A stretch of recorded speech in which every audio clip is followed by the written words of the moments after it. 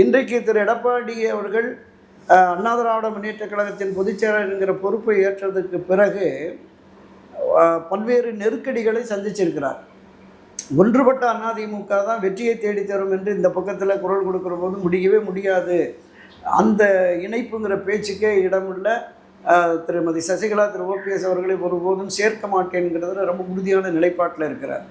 ஆனால் இந்த 2024 தேர்தலில் ஏற்பட்ட அதிமுகவை ஏற்பட்ட அந்த சரிவு, ஒரு பின்னடைவு, பெரும் தோல்வி, இதை உணர்ந்து தான் கட்சியின் மூத்த முன்னோடிகள் கடந்த ஜூலை மாதம் போய் இப்போ 6 பேர் பார்த்தாங்கன்னு வலைத்தளங்களில் ஊடகங்களில் பேசப்பட்டதில்லை, அவங்க கள யதார்த்தத்தை சொல்லியிருக்கிறாங்க.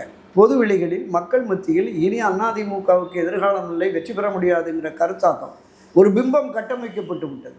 இந்த பிம்பத்தை உடைச்சி நாம் எல்லாரையும் ஒன்று சேர்த்தா தான் 2026 வெற்றி பெற முடியும் அப்படின்னு வலியுறுத்தினாங்க. அதுலேயும் ஒரு பிடிவாதமாக அது முடியவே முடியாது அப்படின்னு சொல்லிட்டார்.